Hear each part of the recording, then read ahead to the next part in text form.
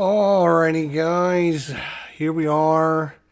Railways of the World, the card game. This is a game designed by James Eastham and Steve Ellis, and it's produced by Eagle Games. I'm going to be doing a quick review on this game. We just played it not too long ago. I kind of gave my overview thoughts during the playthrough, but I thought I would do an official review of this game and give you my thoughts on it. Let's get to it. We always do our 5 positive things, our 5 things we didn't enjoy as much. Then we give you a overview and score. Is this a great game that's hidden and based upon a gem of a game? Or is this one just fall flat? Let's take a look. We always start with the 5 best things. Let's talk about the good things first. Before we get started here, I will say I am also including the expansion in part of this review because the expansion does fix a few of the original issues that Railways of the World had. So when I'm talking about Railways of the World, the card game, I'm including the base game and the expansion played together wholly. If you don't have the expansion, then you're going to be missing out on some of this. But I think Railways of the World has to be played with the expansion because there are too many problems with the original game. All right, so let's get to the review. 5 best things. First, number 1. It is based on one of my all-time favorite games of all time, Railways of the World. I absolutely adore that game. I think it's one of the best games, best designs. It's so interesting. When I found out that they had a card game of it, I'm like, even if this game is terrible, I still want to get it because I love Railways of the World and I want to have everything that is Railways of the World. In fact, I have 2 complete sets of Railways of the World. I love it so much. So, yeah, I really like that game. It is based upon one of the greatest games of all time, in my opinion. Again, if you don't enjoy train games, if you don't enjoy pick up and deliver games, if you don't enjoy putting down train tracks and building cities and doing all that stuff, you won't enjoy this game because that's what you're going to be doing in this game. And it's based upon one of the all-time greatest games, in my opinion, of all time. Number 2, it is a pretty cheap game. I did get this secondhand from Noble Knight. It cost me somewhere in the neighborhood of $15 to $20-ish. And then I did spend an extra $5 or $10 on the expansion. Unfortunately, I bought the expansion twice because I didn't realize I ordered it the first time. So I've got 2 expansions for whatever reason. But it is still a pretty cheap game. You can get this for probably $30 or less. And even if it's on sale, maybe even cheaper than that. So it's not a super expensive game. You can get it for a pretty reasonable price. Number 3, it's a very simple rules set. You've got 5 actions that you can do. You choose one of those actions and you take it. If you've ever played Ticket to Ride, it is very similar. You can draw cards to add cards to your hand. You can put cards down to lay tracks. You can increase your engine size.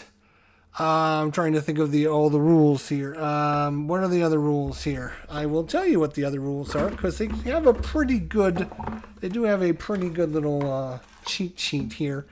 Build a link to a new city, play an engine card, deliver goods. That's what I was forgetting, obviously. Discard a card to replenish goods, or you can actually pass and do nothing. I don't know why you would want to pass and do nothing.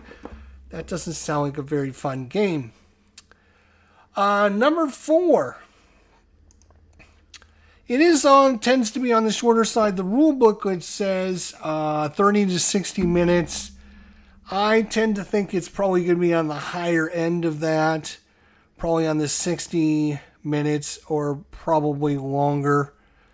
depending on how familiar you are with the game. But it is still on the shorter side. I mean, a lot of the train games can last 2, 3, 4, 5 hours. This is not like that. This is a shorter game. It's going to be a shorter, quicker playing game. So if you're looking for, kind of a train game that's on the shorter side, this might be good for you. Number 5, it plays fine. There's nothing spectacular about it. There's nothing bad. It plays fine. We played it. And what we did play, we were able to pick up the rules pretty quickly. We were able to get it to the table and, get it played through in a reasonable amount of time. It took us a little bit over an hour to play it, which I think, again, is just fine. It played fine. There was nothing super bad. There was nothing super great about it. It played fine. Now, with all the good things out of the way, let's talk about the negative things. And unfortunately, in my eyes, this game has got a lot of serious negative things going on with it. Number 1, as I talked about, this review is based upon the fact that I have the expansion. I use the expansion. We played with the expansion because I know for a fact that the expansion fixes some of the design flaws of the base game. There are tunnels that you can build in the expansion, and also a switch guard which will allow you to switch the color of your track between 2 cities, which will help you build things that you weren't able to do in the original game, which might get you in areas that you were unable to get to in the original game. And that was kind of one of the flaws, was everyone kind of built their little trains over in their own little area and nobody interfered with you. You kind of did your own little thing. So again, this is based upon the expansion, played with the expansion, experienced with the expansion, but I know the expansion fixes several things. Number 2, unfortunately, there's not a lot of really great decisions to be made. Most of them are pretty boring. When you don't have cards, you're going to have to draw cards. If the cards that are out on the table aren't the ones you're going to need, you're just drawing randomly off the top of the deck, hoping to get what you need. And you'll be spending time after time after time drawing from the deck, hoping to get what you need, because the cards that are out, there's only 3 cards that are on the table for you to draw. 3 cards. And of those 3 cards, if those aren't the cards you need, you'll be drawing blind off the top of the deck. And you can see through in our playthrough, we literally spent half the game drawing blind cards, hoping and praying we would get the cards we need, because you need certain color cards to build certain color tracks. Just made for a boring decisions, because there wasn't a lot of interesting things going on. All right, number 3. The rules are terrible. Absolutely terrible rules. They don't explain things correctly. They don't even explain things like in original Railways of the World. When you deliver cubes to a city, and let's say I'm delivering a red cube, if I pass through a red city, I have to deliver it to that red city. If I'm going through that red city to get to another red city, you have to deliver it to the first red city if I'm delivering a red cube, or a blue city if I'm delivering a blue cube. It doesn't tell you 1 iota whether or not that is a rule in this game or not. The rules are terrible. Absolutely some of the worst. And this is going to go along with number 4, so I will just go ahead and show you number 4, because I'm going to be talking about this. Things are not explained. So the rules are terrible and they're not explained. If you watch our playthrough, we had a city that had looked like a white city. And I spent 10 minutes looking through the rule booklet to find on the expansion sheet, it says that part of the included design in the expansion is gray cities. Cool. I read then the rest of the explanations, which I would love to show you guys if I can pull it out here. It's probably in the rule booklet here. So I read through the rest of the explanations, which is just this little trifold explanation. And it says here,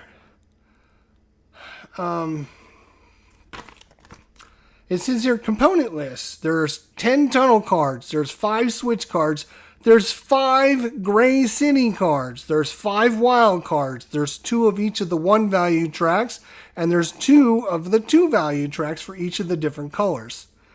That is all it tells you about for the gray cities. If you read through this, it is not mentioned again. Why? How? What are these gray cities for? What do you use them for? Can they accept any goods? Do they not accept any goods? I even went on Board Game Geek, and the only thing I could find was somebody made their own helper sheet that said if you used the variant rules, then gray cities would not accept any cubes. That's the only thing I found on Board Game Geek by some other random user. Whether or not that's even correct, I have no idea. But this is what I'm talking about. The rules are terrible. Things are not explained. If somebody can show me anything about gray cities anywhere in anything, let me know.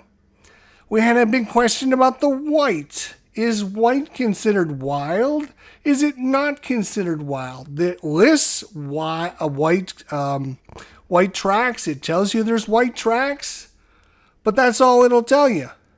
It doesn't tell you what they're for, what they're used for, because there is no white cubes. There's black cubes, there is blue cubes, there's yellow cubes, and there's red cubes, and there are black, there are blue, there are red, and there are yellow cities, which makes sense. What are the white tracks for? How do you use the white tracks? Are they wild? They allow you to go any... Again, no information is explained anywhere in the rules about this. How am I supposed to figure this out?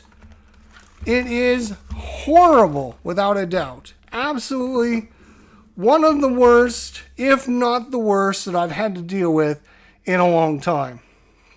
And finally, number 5, it's not a train game. They tried to base this on one of the greatest games of all time. And yes, you're building tracks with cards. And yes, you're putting cities out. And you're putting your little train tracks on top of your tracks that you're laying out there to make it seem like it's a train game. But it's just a colors matching game. You're playing put the red cube in the red city using, following the cards, going down, moving the pieces down, find the red cubes and move it to the red city, find the black cubes and move it to the black city. That's it. It doesn't feel like a train game. It's very generic. Again, it played fine, but there was nothing special about it. It made it feel very generic. It didn't explain things. It did a terrible job of trying to teach you how to play the game. It gave you boring decisions. So my review is not going to be very good on this when I do give you my verdict on this. Again, I thought it was fine. There was nothing outstandingly wrong with this game. I think it is definitely for a niche audience. Somebody that wants to play a train game, that wants to get a cheap version of Ticket to Ride. They don't want to spend the $40 or $50 on a decent game. They want to try and, go cheap. Maybe pick this up for $20 or $30 and basically plays very similar to Ticket to Ride. Ticket to Ride has sold 10 million copies. There is 25,000 different videos on Ticket to Ride on the internet. Railways of the World, the card game. If you go to YouTube and type that in, there is like 3 videos, including mine, on the card game. There's on probably 100 or so on Railways of the World, the board game, but there's only like 3 on the card game. So it's not a popular game, and I know why it's not a popular game. Because the design is terrible. It plays fine, but there's nothing special. It doesn't feel like a train game. It doesn't feel like something interesting. So I'm going to give this a big fat 50%. 50% is my rating. It is subpar to what I would expect this game. It's based upon one of my all-time favorite games of all time, with the expansion that fixes a lot of the problems of the base game. It's still subpar. 50% is my rating on this one. If you can pick it up for $5 or $10, it might be worth your time to give it a whirl. If you got a couple friends, you want to try a cheap train game, you might find some fun with it. If you make some house rules and try to just decide how the game should be played, you might find some fun with it with a couple of your friends. You could try solo. I wouldn't advise it. If you're trying to just learn the game and use it by the rules that was supposed to be written by, good luck with you. I feel sorry if that's what you plan on doing with your life. It just doesn't seem like it. For an extra $10 or $15, you can get Ticket to Ride, which is a much, much, much, much better game. It plays 10 times better than this game, and it's well worth your extra $10 or $15. It's not, I mean, if you can get this for $10, sure, it might be worth it. But if you're going to be spending $20 or $30 plus the expansion, just go buy Ticket to Ride. It's a much better game. Unfortunately, this is just subpar. Production quality, rules. They don't even talk about what the gray cities do in the rules. Why? People and what they decide to add to their games are just dumb. Absolutely dumb. I feel sorry. I wish this game would have never had anything to do with Railways of the World, because I love that game. Unfortunately, the card game, it's not a keeper. If you know somebody that might enjoy it, contact me. I would be more than happy to ship this out to them, because I am not keeping this game. It is either going to be donated to one of my organizations here, or it's not even worth me trying to sell it for $5 or $10. It's not even worth my time. I would rather donate it to a different club, an after-school program, or something, just to try and give it to some kids. It's not staying in my collection. I know that. Railways of the World is not worth your time. It's not worth your effort, and it wasn't worth the time that I put into getting it and playing it for you guys on the channel. It's just not good. Railways of the World, the card game. Get Railways of the World, the board game, and play that instead. Take care, everybody. Have a good night, and we'll see you all next time.